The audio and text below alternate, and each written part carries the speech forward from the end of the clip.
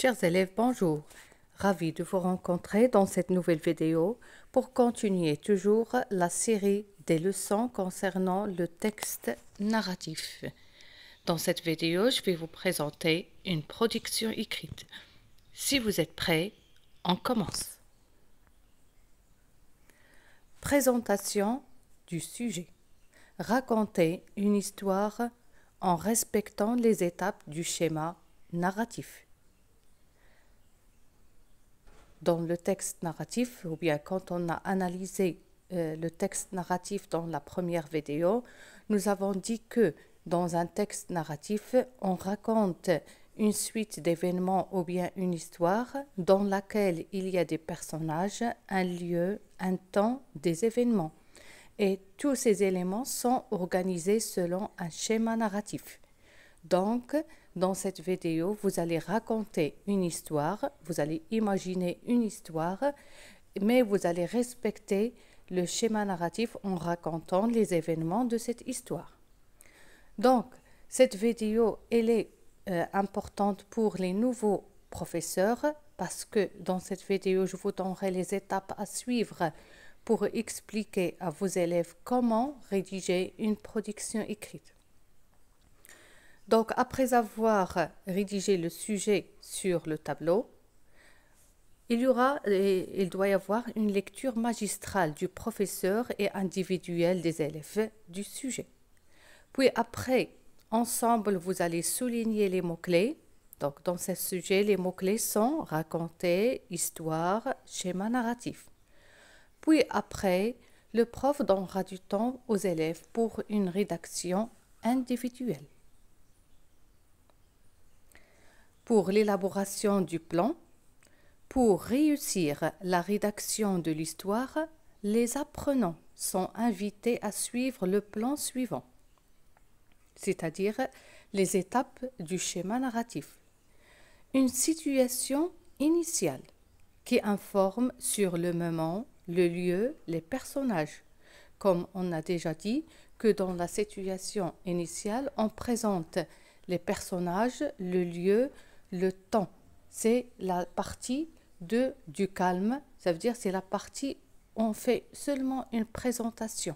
Il n'y a pas de problème. Puis viendra par la suite un élément perturbateur. C'est la rupture de l'équilibre, c'est la crise, c'est le problème.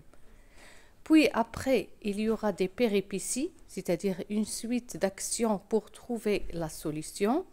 Puis vers la fin, on termine par une situation finale où l'on retrouve l'équilibre ou bien le retour au calme, le retour à la situation initiale.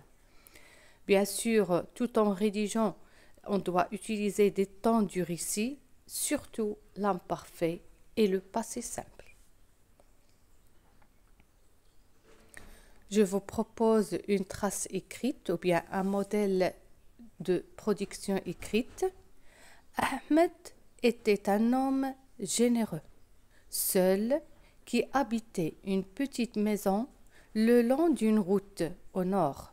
Il possédait dans son habitation une petite épicerie avec une bonne réputation et un bon rendement. Dans ce premier paragraphe, si vous avez remarqué, on a présenté le personnage de Ahmed, où il habite et toutes les informations concernant le personnage et où il habite. Une nuit, on lui vola tous les produits alimentaires. Voilà l'événement perturbateur. Il y a un événement qui va arriver, c'est qu'on a volé les produits alimentaires, bien sûr en utilisant le passé simple. Le matin, Ahmed découvrit qu'il a été volé. L'information du vol se répandit, les voisins arrivèrent et l'homme expliquait à chaque voisin venu ce qui lui est arrivé. Un voisin lui proposa d'élever un chien pour donner l'éveil. Cet homme qui n'aimait pas les bêtes décidera enfin d'avoir un petit chien chez lui pour bien garder son épicerie. Voici un modèle de production écrite. dans lequel on a respecté les étapes du schéma narratif. Petite histoire, vous n'êtes pas obligé dans la production écrite de rédiger trop de détails, vous donnez seulement les informations nécessaires, bien sûr parce que dans la classe vous n'avez pas assez du temps pour rédiger une longue histoire. Ce qui est important, c'est de rédiger une histoire avec une situation initiale, un événement perturbateur, des péripéties et une situation finale. On arrive alors à la fin de cette production écrite. J'espère qu'elle vous sera utile, soit pour les élèves, soit pour les nouveaux professeurs. Merci pour votre attention et à bientôt.